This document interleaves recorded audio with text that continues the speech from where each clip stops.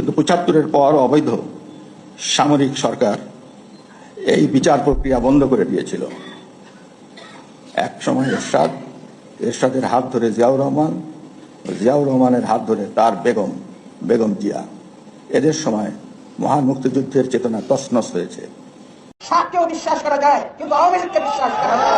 আওয়ামী লীগ নিজের স্বার্থের জন্য দেশটাকে পর্যন্ত বিক্রি করে দিয়ে ক্ষমতায় থাকতে চাইবে। মৃত্যুর গর্জের মতো তারা হয়েছে, কাজে এই আওয়ামী লীগকে বিশ্বাস করেন না।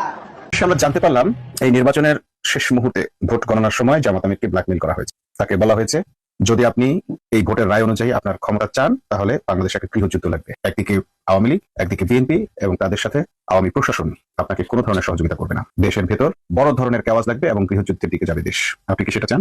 এইভাবে বাংলাদেশের একজন হতে যাওয়া ভবিষ্যৎ প্রধানমন্ত্রীকে ব্ল্যাকমেইল করে তার কাছ থেকে দেশটাকে কেড়ে নেওয়া হয়েছে। শেখ হাসিনা দিল্লি থেকে ভার্চুয়াল সভায় যুক্ত হয়ে আওয়ামী লীগের শীর্ষ নেতাদের কঠোর বার্তা দিলেন। দলের ওয়ার্কিং কমিটির বিশেষ বৈঠকে তিনি স্পষ্ট ভাষায় নির্দেশ দেন, দলীয় নেতারা দেশে ফেরার প্রস্তুতি নিন এবং রাজনৈতিকভাবে সক্রিয় হওয়ার জন্য মানসিক শক্তি সঞ্চয় করুন। শুয়োরের বাচ্চার দেশে চুপুরা হিরো হয়ে যা আর ডক্টর ইউনূস বিলেন। কথাটি গালিটি আমি দেই নাই, দিয়েছেন মোহাম্মদ আশিক, যুগ্ম সাধারণ সম্পাদক, শাহজালাল বিশ্ববিদ্যালয় ছাত্রদল। পুলিশ ইদানিং তারা রমজানে খুব পর্দানশীল হয়ে গেছে। তারা ইদানিং মুখ না ডেকে কোনো জায়গায় বের হইতে পারে না, এমনকি টিস করবার ভয়ে তাদের নেম প্লেটটাও তারা ঢেকে রাখে, যাতে পরবর্তীতে তাদেরকে আইডেন্টিফাই করা না যায়। মাননীয় প্রধানমন্ত্রী জনাব তারেক রহমান 25 ফেব্রুয়ারি এক ঐতিহাসিক দিনে যা করলেন, ইতিহাসে একটা কলঙ্কজনক অধ্যায় তৈরি করলেন মাননীয় প্রধানমন্ত্রী জনাব তারেক রহমান। এবং মাননীয় প্রধানমন্ত্রীকে একদিন তো তিনি প্রধানমন্ত্রী থাকবেন না, টুডে আর টুমরো তিনি নিজে অনুতপ্ত হবেন এবং তাকে জাতির কাছে জবাব দিতে হবে এবং ক্ষমা চাইতে হবে। আসসালামু আলাইকুম দর্শক, বাংলাদেশের বর্তমান রাজনৈতিক প্রেক্ষাপট নিয়ে আজকের এই ভিডিওটি সাজানো। ভিডিওর শুরুতেই অনেকগুলো ভিডিওর অংশ বিশেষ আপনারা অলরেডি দেখে ফেলেছেন, দেখেই বুঝতে পেরেছেন যে আজকের এই ভিডিওটি কতটুকু গুরুত্বপূর্ণ এবং আকর্ষণীয় হতে চলেছে। সবাইকে বলবো আজকের এই ভিডিওটি আপনাদেরকে ধৈর্য সহকারে দেখতে হবে এবং প্রত্যেকটি বিশ্লেষকের বিশ্লেষণগুলো মনোযোগ সহকারে শুনতে হবে, তাহলেই আজকের এই ভিডিওর সারমর্ম জানতে পারবেন বা বুঝতে পারবেন। তো চলুন তাহলে কথা না বাড়াই, একটা লাইক দিয়ে সবগুলো ভিডিওর বিস্তারিত আলোচনাগুলো শুনে আসি। আমার যদি প্রাক্তন প্রধানমন্ত্রী শেখ হাসিনার সাথে যোগাযোগের কোনো ব্যবস্থা থাকতো, হ্যাঁ, ওনার নাম্বারটা কারো কাছে আছে কিনা আমাদের দিয়ে, আমি ওনার সাথে একটু আলাপ করতে চাই, একটা পরামর্শ দিতে চাই। কি পরামর্শ আপনাদের সঙ্গে শেয়ার করি, মানে ওনাকে আমি বলতে চাই যে আপনি খুব তাড়াতাড়ি আইসা স্যারেন্ডার করেন, আত্মসমর্পণ করেন আইনের কাছে। আগেই জানাই দেন যে আমি আসতেছি। এয়ারপোর্ট নামলো, আর্মি পুলিশ সবাই ঘেরাও করে আইনের হাতে তুলে দিল। তারপরে কি হবে? বিচার শুরু। ফাঁসি তো রায় হয়েই গেছে, তাই না? কিন্তু ওই বিচারটা তো আবার আপিল বিভাগে যাবে।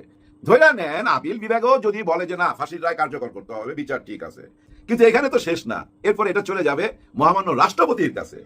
বর্তমানে যে রাষ্ট্রপতি আছে, ওনার কিন্তু সেই ক্ষমতাটা আছে, ফাঁসির আসামিকে মুক্ত করে দেওয়ার ক্ষমতাটা কিন্তু ওনার আছে। কারণ গণভোট তো ওনারা মাইনা নেয় নাই, হ্যাঁ, ওই হ্যাঁ না ভোট তো মাইনা নেয় নাই, সংস্কার মাইনা নেয় নাই, সবকিছু তো সংবিধান অনুযায়ী আছে। আর এই সংবিধানে এই ক্ষমতাটা তো দেওয়া আছে আমাদের মহামান্য রাষ্ট্রপতি শাহাবুদ্দিন সাহেবকে, এই ক্ষমতাটা দেওয়া আছে। ওনার ওই নামের পিছনে না ছুপ্পু, ওটা বাদ দেওয়া উচিত। শাহাবুদ্দিন শুনতে ভালো লাগে, ছুপ্পু ভালো লাগে না। মহামান্য রাষ্ট্রপতি শাহাবুদ্দিন সাহেব, ওনার ওই ক্ষমতাটা আছে। যার জন্য আমি টেলিফোন নাম্বার খুঁজতেছি, যে বলতাম যে আপা খুব তাড়াতাড়ি চলে আসেন। বর্তমানে সংবিধান যেভাবে আইন লেখা আছে, বর্তমান সংবিধানে যা কিছু লেখা আছে এটা মাইনেই তো দেশ চলতেছে, তাই না? উনি আইসা আইনের কাছে সারেন্ডার করবে, আইন ওনাকে ফাঁসি দিবে, আর ছুপ্পু সাহেব, আবার ছুপ্পু বললাম, মহামান্য রাষ্ট্রপতি শাহাবুদ্দিন সাহেব ওনাকে রিলিজ করে দিবে, বাস গেম ওভার। এটা হইতে পারে কিনা ভাই বলেন, আপনি বলেন। বর্তমান যা কিছু আমরা দেখতেছি, এতে আমি মনে করি আমার এই বুদ্ধিটা, আমার এই পরামর্শটা আপনারা কেউ ওনার কাছে পৌঁছায় দেন। হ্যাঁ ভাই, আইনের মাধ্যমে লিগেল করে নেক না সবকিছু। আওয়ামী লীগ এত বড় একটা দল, এই দল কি ভাই এরকম এতিমের মতো থাকবে নাকি? তাই না? ওনাদের মা তো বাইচা আছে, বাবা নাই মা আছে, সে মাকে ফিরায় আনার একটা রাস্তা বলে দিলাম। আওয়ামী লীগের ভাই বোনরা যারা আপনারা আওয়ামী লীগ করেন, আমার এই পরামর্শটা নিয়েন। আমাদের সংবিধান অনুযায়ী মহামান্য রাষ্ট্রপতিকে এই মুহূর্তে কেউ সরাইতে পারতেছে না, যদি উনি নিজে থেকে না সরে। কিন্তু উনি তো বলছে যদি বিএনপি চায় আমি থাকবো, হ্যাঁ উনি বলছে, কিন্তু তবে উনি কিন্তু ভাগ্যবান, ওনার মতো ভাগ্যবান আমি দেখি নাই। আবার উনি খুব স্পষ্টবাদী, কিন্তু চিকনে যা সুন্দর বাঁশ দেয় না, আয় হায়। দেখেন অতীতের ওনার অনেকগুলা ভিডিও আছে, ওই ভিডিওর মধ্যে আমি আবার দেখলাম একটা জায়গায় উনি বলতেছে এরশাদের হাত ধরে শহীদ প্রেসিডেন্ট আসছিল, এবং শহীদ প্রেসিডেন্টের হাত ধরে উনার বেগম, এভাবে বলতেছে বেগম খালেদা জিয়া আসছে, এবং এরা এসে ৭১-এর চেতনাকে তছনছ কইরা দিছে। হ্যাঁ, আমার কাছে ভিডিওটা আছে, আমি দেখামু। এরশাদের হাত ধরে জিয়াউর রহমান, জিয়াউর রহমানের হাত ধরে তার বেগম জিয়া, এদের সময় মহান মুক্তিযুদ্ধের চেতনা তছনছ হয়েছে। নিশ্চয়ই আপনারাও দেখছেন। দেখেন উনি বলতেছে বেগম খালেদা জিয়া শহীদ প্রেসিডেন্ট ৭১কে মানে ৭১-এর চেতনাকে তছনছ কইরা দিছে, এটা বইলা কিন্তু উনি তখন হাততালি পাইছে। আবার দেখেন ৫ই আগস্টের পর উনি এমন কিছু কথা বলছে, সেখানেও কিন্তু মৃদু হাততালি পাইছে। কি বলছিল উনি? যে আওয়ামী লীগের দুঃশাসনের কারণে ওনাদের পতন হয়েছে, মানে ৫ই আগস্টের পর এরকম একটা ইঙ্গিত কিন্তু উনি দিছে, আওয়ামী লীগের দুঃশাসনের কারণে ৫ই আগস্ট হয়েছে। আরো কি বলছিল? শেখ হাসিনা ওনার কদম বুচি নিত না, ওনার সালাম নিত না, ওনাকে অবহেলা করতো, ওনার সাথে যোগাযোগ রাখতো না, এরকম কথা উনি বলছে। দেখেন আবার পট পরিবর্তনের সঙ্গে সঙ্গে বলতেছে আমাকে ঘরে আটকায় রাখছিল 18 মাস। কাকে বলতেছে? ডক্টর ইউনূস স্যারের দিকে আঙ্গুল তুইলা। এই দেখেন প্রথম শুরু করলাম কি দিয়া? বিএনপিকে একটা চিকনে মাইরা দিল, বুঝছেন, যে তারা ৭১-এর চেতনাকে তছনছ করছে। শেখ হাসিনা চলে যাওয়ার পর বলতেছে যে তাদের দুঃশাসন ছিল, আমার সাথে যোগাযোগ করে নাই, তার মানে আমি তার লোক ছিলাম না, মানে শেখ হাসিনার লোক ছিলাম না, এটা বুঝাই দিছে। এখন এসে কি বুঝাইলো? এই যে ইনি আমাকে ঘরে আটকায় রাখছে ডক্টর ইউনূস স্যার, আর আমাকে বাঁচাইছে কে? বিএনপি পুরোপুরি সমর্থন দিছে এবং ৩ বাহিনী আমাকে সমর্থন দিয়ে টিকায় রাখছে।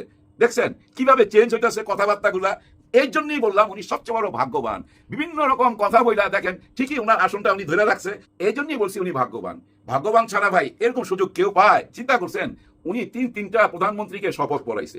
আজকে দেখেন মাননীয় প্রধানমন্ত্রী মহামান্য রাষ্ট্রপতি গেছেন কোথায়? বিডিআর শহীদদের কাছে, শহীদদের কবর জিয়ারত করতে গেছে। চিন্তা করেন এই দৃশ্যটা কি আমরা নির্বাচনের আগে ভাবি নাই? আমরা কি মনে করছি নতুন সরকার আসবে, সব জায়গায় পরিবর্তন করবে, অলরেডি করতেছে, সব জায়গায় চেঞ্জ করতেছে, কিন্তু এই জায়গাটায় হাত দিচ্ছে না। কারণ ওই যে সংবিধান। আচ্ছা উনি তো একটা দুঃখ করে কথা বলছিল, মানে আমাদের মহামান্য রাষ্ট্রপতি, যে ওনার ছবিগুলো সব নামায় ফেলা হয়েছিল একটা টাইমে, মানে ডক্টর ইউনূস স্যার নামায় দিছিল। এখন তো ওই ছবিগুলো লাগানো উচিত, তাই না? আমার মনে হয় খুব তাড়াতাড়ি ওনার ছবিগুলো যেখান থেকে নামানো হয়েছে আবার লাগানো উচিত। সম্মানীয় মানুষকে সম্মান দেওয়া উচিত, আর ওনারই থাকা উচিত। হ্যাঁ ওনারই থাকা উচিত। উনি থাকলে ওই যে প্রথমে আমি যে বুদ্ধিটা দিছি ওই বুদ্ধিটা কিন্তু বাস্তবায়ন হয়ে যেতে পারে। আর এটা হইলে হবে কি জানেন? আওয়ামী লীগ আবার নির্বাচনে আসবে শেখ হাসিনাকে নিয়ে। কারণ মহামান্য রাষ্ট্রপতি তো ওনাকে ক্ষমা করে দিচ্ছে, ওনাকে আর আটকাইতে পারবে কেউ? ওনার ভক্তরা রাস্তায় নেমে যাবে না। আওয়ামী লীগের সমস্ত অফিস খুলে গেল। আমাদের দেশে তখন কয়টা দল হবে জানেন? 4টা বড় দল হবে, বিএনপি, আওয়ামী লীগ, জামাত ইসলাম, এনসিপি কে ফেলা দেওয়া যাবে না। হ্যাঁ আর ফেলা দেওয়া যাবে না। কারণ কি জানেন? বট গাছের ছায়ার নিচে আছে, আর ফেলা দেওয়া সম্ভব না। এই যে আজকে যত কিছু হইতেছে, যা আকার ইঙ্গিতে কথাবার্তা বলতেছে এবং যেসব সিমটম দেখা যাচ্ছে, এরকমও গুজব ছড়ায় গেছে জুলাই গণ অভ্যুত্থানের সাথে যারা ছিল তাদেরকে আবার আইনের আওতায় আনা হবে, এবং থানাতে যে আগুন দেওয়া হয়েছিল, অস্ত্র লুট হয়েছিল, অনেক হত্যাকাণ্ড হয়েছিল, সবকিছুরই বিচার হবে এবং ওইসব ভিডিও দেখে ওইসব আসামিদেরকে খুঁজা বাইর কইরা আইনের আওতায় আনতে হবে। ভিডিও খুঁজা যদি ধরতে যান জেলখানায় জায়গা হবে না তো ভাই, নতুন জেলখানা বানাইতে হবে। আগে জেলখানা বানান, তারপরে ধরা স্টার্ট করেন। হ্যাঁ আর যেগুলো সামনে ছিল হাসনাত আব্দুল্লাহ, সার্জিস, নাহিদ ইসলাম, আরো অনেকে, এদেরকে ধরে ফেলাইতে পারবেন খুব সহজেই। আসলে কি এমন কিছু হবে না ভাই ব্রাদার? এগুলো গুজব, এই গুজবে কেউ কান দিবেন না, এমন কিছু হবে না। আমি যা কিছু বললাম এগুলো হলো কাল্পনিক কথাবার্তা। বাস্তবটা কখন দেখতে পাবেন জানেন? 12 তারিখে যখন ওনারা সংসদে যাবেন তখনই আপনারা বাস্তবটাকে সামনে দেখতে পাবেন। হ্যাঁ এই যে আজকে চুপ্পু সাহেবকে নিয়ে, আবার চুপ্পু বলতেছি, সরি, মহামান্য রাষ্ট্রপতি শাহাবুদ্দিন সাহেবকে নিয়ে শহীদদের কবরস্থানে কবর জিয়ারত করতে, ওইখানে এমন কোনো ফুটেজ পাই নাই যে মহামান্য রাষ্ট্রপতি এবং আমাদের মাননীয় প্রধানমন্ত্রী কিছু বলছে কিনা। কিন্তু ওইখানে বিরোধী দল গেছিল, কিন্তু আমাদের ডাক্তার শফিকুর রহমান স্যার গেছেন এবং ওনার লোকজন নিয়ে গেছেন, সবাই তখন ছিল ওইখানে। কিন্তু প্রেসের সঙ্গে উনি কথা বলছে, একটা কথা উনি তুইলা ধরছে, প্রথম বিশ্বযুদ্ধে, দ্বিতীয় বিশ্বযুদ্ধের মধ্যে একসঙ্গে 57 জন অফিসার কখনো মারা যায় নাই, পৃথিবীর ইতিহাসে এমন কোনো ঘটনা ঘটে নাই।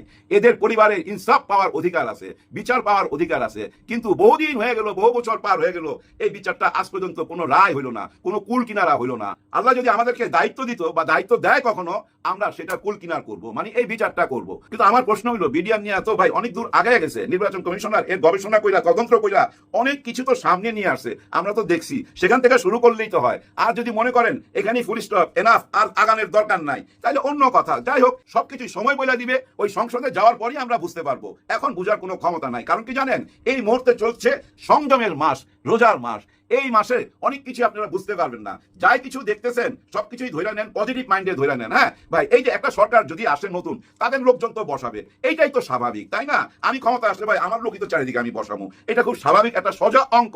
কিন্তু অস্বাভাবিক লাগছে কোনটা?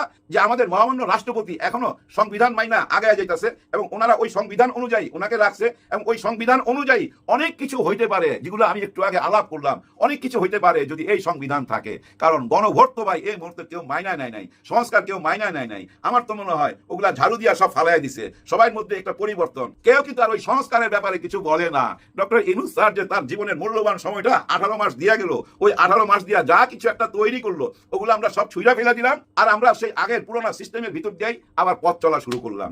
দেখা যাক এই পথ চলাটা 12 তারিখের পরে বোঝা যাবে সত্যি সত্যি আমরা কোন দিকে যাচ্ছি। কারণ কি জানেন, পাহারাদার আছে এবার। হ্যাঁ ভাই, পাহারাদার আছে সংসদে। আর এই সংসদে প্রথম দিন কি নিয়ে আলাপ হইতে পারে বলেন তো? এইটুক বইলাই ভিডিওটা শেষ করুন, বলতে পারবেন? দেখবেন প্রথম দিনই যে আলাপটা উঠবে সে আলাপটা হচ্ছে এই যে মহামান্য রাষ্ট্রপতি শাহাবুদ্দিন সাহেব, উনাকে নিয়েই প্রথম আলোচনা আসবে। কারণ কি, ডাক্তার শফিকুর রহমান স্যার কিন্তু স্ট্যাটাস দিছিল, সেখানে কিন্তু একটা ইঙ্গিত দিছে যে রাষ্ট্রপতি সাহেব আপনি অনেক কথাই তো বললেন, সব কথা কিন্তু বলেন নাই, এখনো অনেক কথা বাকি রয়ে গেছে, যে কথাগুলো সময় আসলে আমরা বলবো। মানে উনারা আমাদের সামনে তুইলা ধরবে। হ্যাঁ, তার মানে কি জানেন, সিনেমা এখনো শেষ হয় নাই, পিকচার আধি ভি বাকি হ্যায়। রাষ্ট্রপতি শাহাবুদ্দিন চুপ্পুকে নিয়ে বিএনপি এখন কঠিন পরিস্থিতিতে পড়েছে। বিএনপি অনেকটা কিং কর্তব্য বিমূঢ়। বিএনপি হতাশ, কি করবে বুঝে উঠতে পারছে না, কারণ রহস্য তো ফাঁস হয়ে গেছে। জনগণ বিএনপিকে মুনাফিকের কাতারে ফেলে দিয়েছে। জুলাই গাদ্দার হিসেবে বিএনপি প্রতিষ্ঠিত হয়েছে, কারণ রাষ্ট্রপতি ফাঁস করে দিয়েছেন যে আমাকে বিএনপি এবং সশস্ত্র বাহিনী টিকিয়ে রেখেছে, ইউনূস আমাকে দাম দেয়নি। এর মানে ইউনূস জুলাইয়ের, ইউনূস হিরো আর রাষ্ট্রপতি ধৈঞ্চা। এদিকে রাষ্ট্রপতি আবার বলছেন আমার সাংবিধানিক মেয়াদ 2028 সাল পর্যন্ত, তো তারা রাখলে থাকবো। এখন দেখেন বিএনপির তো আসল কলঙ্ক শুরু হবে যে জুলাইয়ের পর যে নির্বাচন, সেই নির্বাচনের যে সংসদ, সেই সংসদ শুরু হবে এই শাহাবুদ্দিন চুপ্পুর ভাষণের মধ্য দিয়ে। মজা না? এটা একটা কলঙ্কজনক অধ্যায় হয়ে থাকবে। বিএনপি একদিকে এই রাষ্ট্রপতির বিরুদ্ধে অভিযোগ করেছিল যে তার দ্বৈত নাগরিকত্ব আছে। সেই দ্বৈত নাগরিকত্ব আছে এমন কোনো ব্যক্তি রাষ্ট্রপতি পদে 1 মিনিট থাকার অধিকার রাখে না। তাকেই বিএনপি ক্ষমতা আসার স্বার্থে টিকিয়ে রেখেছে। ঠিক আছে, এখন বিএনপি ক্ষমতা এসেছে, এখন কি করবেন? এখন তো তিনি বলছেন যে আমি 28 সাল পর্যন্ত থাকতে চাই। মজা না? বিএনপি এখন বেকায়দায় পড়েছে। তাকে 28 সাল পর্যন্ত আবার চুপ্পু কি একদম ধৈর্য মনে হয় না? হাসিনার সাথে তার যোগাযোগ আছে, ভারতীয় মাল। অতএব এখানে চুপ্পুর ক্ষেত্রে যেটা হবে, বিএনপিকে হয় অভিশংসন করতে হবে, স্বেচ্ছায় পদত্যাগ করেন কিনা সন্দেহ আছে, কারণ আওয়ামী লীগ বলবে পদত্যাগ করো না, ঝামেলা বাজিয়ে রাখো। কারণ রাষ্ট্রপতি পদটা আওয়ামী লীগের, এটা আওয়ামী লীগের একটা বড় অর্জন না, আওয়ামী লীগের প্রাসঙ্গিকতার একটা কারণ। এরপরে এখানে যেটা হতে পারে যে চুপ্পু পদত্যাগ করতে চাইবেন না, তার না চাইলে তাকে সরাতে হবে, বিএনপিকে সরাতে বাধ্য। সরাতে হলে ইমপিচ করতে হবে। ইমপিচ করতে হলে যে গ্রাউন্ড লাগে, সেই গ্রাউন্ড কি গ্রাউন্ড, তার বিরুদ্ধে কি অভিযোগ আনবে সেই অতীতে বিএনপি যেটা করেছিল দ্বৈত নাগরিকত্বের, তাহলে তাকে এতদিন টিকিয়ে রেখেছেন কেন? আবার সাংবিধানিক ধারাবাহিকতার কথা বলেছে। সাংবিধানিক ধারাবাহিকতা রক্ষা করতে হলে তো আপনাকে চুপ্পুকে আপনি সরাতে পারেন না। আপনি কেন সরাবেন সাংবিধানিক ধারাবাহিকতা বিশ্বাস করলে? এখন যাই করুক বিপদ। আর এখন এদিকে চুপ্পু খেলছেন, চুপ্পুকে নিয়ে ইন্ডিয়া খেলছে। মূলত তারেক রহমান বিএনপিকে বেকায়দায় ফেলছে, যাতে ভারতপন্থীদের কথা আরো শুনতে হয় অথবা চুপ্পুকে রেখে দিতে বাধ্য হয় ভারতের এই মালকে। যার ফলে বিএনপি এখন অনেকটা বেকায়দায় পড়েছে। তো দর্শক, এখন কালের কণ্ঠ এটা কিন্তু ভারতীয় মাল। কালের কণ্ঠ যে সাক্ষাৎকার নিয়েছে, মজার বিষয় দেখেন, এখানে শেখ হাসিনা, গণঅভ্যুত্থান এগুলো নিয়ে কিন্তু কোনো প্রশ্ন নাই। প্রশ্ন সব ইউনূস, অমুক তমুক এগুলো নেই। অথচ যে কারণে এই সমস্যা, হাসিনা পালিয়েছে, হাসিনা আদৌ পদত্যাগ করেছে কি করেন, এটা নিয়ে কিন্তু তেমন কোনো কথা নেই। তো দর্শক, এখানে কালের কণ্ঠ ধারাবাহিকভাবে এটা নিয়ে তোলপাড় সৃষ্টি করে যাচ্ছে। এই প্রশ্নমালা থেকে শুরু করে কতটুকু প্রচার করবে কি করবে না, এটা সব ইন্ডিয়া ঠিক করে দিচ্ছে, এটা সব র ঠিক করে দিচ্ছে। এটা আপনাকে বিশ্বাস করতে হবে, নাম্বার 1। দ্বিতীয় হচ্ছে, এখন রয়ের এই খেলায় বিএনপি কি করবে? বিএনপি না পারছে রাষ্ট্রপতিকে থামাতে, আর না পারছে কোনো প্রতিবাদ করতে। এখন সাংবাদিকরা বিএনপিকে ধরেছে যে চুপ্পু সাহেব যা বলছে আপনাদের রাষ্ট্রপতি, আপনাদের মহামান্য, কারণ আপনারাই তো তাকে টিকিয়ে রেখেছেন। জুলাই বিপ্লবীরা তো তাকে মহামান্য বলতেই রাজি না। এখন আপনারা কি করবেন? এখন তারা মিনমিন করছে। এটা থেকে স্পষ্ট বোঝা যায়। দেখেন, এখানে আমি বিশ্লেষণ করব রাষ্ট্রপতির বিস্ফোরক সাক্ষাৎকার নিয়ে স্বরাষ্ট্রমন্ত্রী এবং তথ্যমন্ত্রীর বক্তব্য, এই দুইজন প্রতিক্রিয়া জানিয়েছে। তাহলে বুঝবেন যে তারা আসলে কতটা মাইন্ডকে চিপে পড়েছে, অনেকটা কিং কর্তব্য বিমূঢ়। তো যাই করুক বিএনপি বেকায়দায় পড়বে, রাষ্ট্রপতিকে সরালেও বেকায়দায় পড়বে, ভারত বিএনপি হাত ছেড়ে দিবে অতি দ্রুত। আর রাষ্ট্রপতিকে 28 সাল পর্যন্ত রাখলে বিএনপি 28 সাল পর্যন্ত ক্ষমতায় থাকতে পারবে। আর না সরালেও বিএনপির মধ্যে বেকায়দা, এবং পুরো প্রজন্ম বিএনপির উপর চরম ক্ষুব্ধ থাকবে যে এটা কেমন বিএনপি, এটা কি, কত বড় মুনাফিক এবং গাদ্দার। সে চুপ্পুকে রেখে দিয়েছে, পরিবর্তন করে না। তাহলে কি ইউনূস সরকার বা এগুলো সব প্রতারণা ছিল? তো এটা বিএনপিকে মারাত্মকভাবে প্রশ্নবিদ্ধ করবে। তো যা করতে চায়, সরালো বিপদ, না সরালো বিপদ। সরালে এতদিন কেন সরার নাই, এই প্রশ্ন উত্তর নাই। আর সরালে কি চুপ্পু জানে যে সরালে তার বিপদ আছে? চুপ্পু কি এমনি সরে যাবে? না। রাষ্ট্রপতিকে ইমপিচ করলে এই পরিস্থিতি বিএনপি সামাল দিতে পারবে না। ওদিকে আওয়ামী লীগ বিএনপিকে আচ্ছা মতো পেটানো শুরু করেছে, অবিস্টাবিজ ভেঙে জুড়ে ফেলছে, নানান জায়গায় ঝামেলার খবর আমরা শুনতে পাচ্ছি। সব মিলে বিএনপির জন্য অবস্থা খারাপ। তো দর্শক, রাষ্ট্রপতি মোহাম্মদ শাহাবুদ্দিনের সাম্প্রতিক এক সাক্ষাৎকার নিয়ে দেশ জুড়ে তোলপাড় চলছে। এই সাক্ষাৎকারে তিনি গত 18 মাসে অন্তর্বর্তী সরকারের সময়কালে চরম অবমাননাকর হিসেবে অভিহিত করেছেন এবং ডক্টর মোহাম্মদ ইউনূসের নেতৃত্বাধীন সরকারের বিরুদ্ধে অসাংবিধানিক উপায় তাকে অপসারণের চেষ্টা অভিযোগ করেছেন এবং আরো নানান বিষয়ে বলেছেন যে ইউনূস সরকার সংবিধান মানে নাই, রাষ্ট্রপতির ছবি টবি রাখা দরকার, রাখেনি। আচ্ছা, এখন কি রাষ্ট্রপতির ছবি বহন করেছে বিএনপি সরকার এসে এক সপ্তাহে? উত্তর হচ্ছে পারেনি। এই সংবিধানে উল্লেখ আছে সমস্ত সরকারি বেসরকারি অফিসে পেছনে, প্রধানের পেছনে জাতির জনক বঙ্গবন্ধু শেখ মুজিবুর রহমানের ছবি থাকা লাগবে। তো জাতির জনক বঙ্গবন্ধু শেখ মুজিবুর রহমানের ছবি কি তারেক রহমানের পেছনে ছিল বা মন্ত্রীদের রুমের মধ্যে কি আছে? এটা কিন্তু বাধ্যতামূলক, সাংবিধানিক। অথচ এই অসাংবিধানিক কাজ করছে বিএনপি প্রধানমন্ত্রী থেকে শুরু করে মন্ত্রীরা। জাতির জনক বঙ্গবন্ধু শেখ মুজিবুর রহমানের কোন ছবি তারা রাখছেন। শুধু ইউনূস অসাংবিধানিক কাজ করেছে না তারেক সরকার করছে? তো এই পরিস্থিতি বিএনপি সামাল দিবে কিভাবে? বিএনপি সংবিধান করছে, এই সংবিধান মানতে গেলে তো পুরো বিএনপি অবৈধ, এই সরকার ক্ষমতা সব অবৈধ। এই সরকার প্রকাশ্যে সংবিধান লঙ্ঘন করছে। এটা কি কোনো সরকার করতে পারে? সংবিধানের সুস্পষ্ট বাধ্যতামূলক বিধান পালন করছে না, জাতির জনকের ছবি টানানো বাধ্যতামূলক সেটা করছে না, বুঝতে পারেন? আরো নানান বিষয় আছে। এই সংবিধান মানলে এই সংবিধান পরিবর্তনই করা যায় না। এই সংবিধানের কিছু কিছু বিষয় আছে অপরিবর্তনীয়, এই সংবিধানের মধ্যে আছে এবং কোর্টের রায় আছে। সংবিধানের মূলনীতি আপনি পাল্টাতে পারবেন না এই সংবিধান অনুযায়ী। এই সংবিধান ফেলে না দিলে, নতুন সংবিধান না করলে আপনি সংবিধান পাল্টাতে পারবেন না। যেমন আপনার বিএনপির প্রতিশ্রুতি অনুযায়ী জুলাই সনদ বাদ দিলাম, সর্বশক্তিমান উপর আল্লাহর উপর কোনো আস্থা বা বিশ্বাস, এটা ঢুকাবে তারা। এটা সংবিধান মূলনীতির বিষয়, এটা ঢুকানোর কোনো বিধান নাই এই সংবিধানে, কোনোভাবে পারবেন না। নতুন সংবিধান লেখা ছাড়া সর্বশক্তিমানের উপর আল্লাহর উপর কোনো আস্থা বা বিশ্বাস, এটা ঢুকানোর কোনো সুযোগ নেই। কিসের সংশোধনী? এটা সংশোধন করার সুযোগ নেই। আপনি সংবিধান বুঝেন, পড়ে দেখেন, স্পষ্ট আছে সংবিধানে। এবং বিএনপি থেকে শুরু করে সবাই মিলে সংবিধান যতটুকু লঙ্ঘন করেছে তাতে সবার ফাঁসি হচ্ছে। তো বিএনপি কোন বেকায়দায় পড়েছে? আগুন নিয়ে খেলে, আসলে প্রতারণা করে ক্ষমতায় এসে ধান্দাবাজি করে আসলে এরকম বেকায়দায় পড়তে হয়। প্রশাসক সচিবালয় স্বরাষ্ট্রমন্ত্রী সালাউদ্দিন আহমেদ ও তথ্যমন্ত্রী জহিরুদ্দিন স্বপন এই বিষয়ে সরকার অবস্থান পরিষ্কার করেছেন। আইন শৃঙ্খলা রক্ষাকারী বাহিনীর শীর্ষ কর্মকর্তাদের সঙ্গে বৈঠক শেষে স্বরাষ্ট্রমন্ত্রী সালাউদ্দিন আহমেদ বলেন, দেশে প্রত্যেকের সাংবিধানিক অধিকার নিশ্চিত করা হবে, সবারই কথা বলার অধিকার আছে। যে যার মতো করে কথা বলবে তার জবাব দেয় তারা জবাব দেবেন। তিনি আরো করেন, সরকার কোনো পরিস্থিতি কারো মত প্রকাশের স্বাধীনতা হস্তক্ষেপ করবে না। জিজ্ঞেস করছে কি আর বলছে কি? আরে ভাই, মত প্রকাশের স্বাধীনতা নেই, ওই জহিরুদ্দিন স্বপন একই কথা বলেছে। এর মানে বিএনপিটা ঠিক করে ফেলে, জিজ্ঞেস করলে কি বলবো যে এটা মত প্রকাশের স্বাধীনতা। এর মানে কি বিষয়টা এড়িয়ে যাচ্ছে কথা বলে? এটা এই বিষয়ে বিএনপির অবস্থান কি এটা তারা বলতে পারছে না, এই জন্য এটা এই মত প্রকাশের স্বাধীনতা বলে এড়িয়ে যাচ্ছে। দর্শক আশা করি সবগুলো ভিডিওই দেখেছেন এবং সকল বিশ্লেষকদের বিশ্লেষণগুলো মনোযোগ সহকারে আপনারা শুনেছেন। তো প্রত্যেকটি বিশ্লেষকের বিশ্লেষণগুলো শোনার পরে আপনারা কি জানলেন, বুঝলেন? অবশ্যই আপনাদের মূল্যবান মতামত আজকের এই ভিডিওর কমেন্ট বক্সে জানিয়ে দিন। আর হ্যাঁ, পারলে ভিডিওটি শেয়ার করে সবাই দেখার সুযোগ করে দিন। আর আমাদের এই channel Nasir Islamic media centre যদি আপনারা নতুন হন, প্রতিনিয়ত এ ধরনের গরম গরম খবরগুলো পেতে আমাদের এই চ্যানেলটি সাবস্ক্রাইব করে আমাদের সাথে থাকুন। ইতিমধ্যে যারা অলরেডি সাবস্ক্রাইব করে দিয়েছেন সবাইকে অসংখ্য ধন্যবাদ জানিয়ে ভিডিওটি এখানে শেষ করছি। ভালো থাকবেন সবাই, আল্লাহ হাফেজ।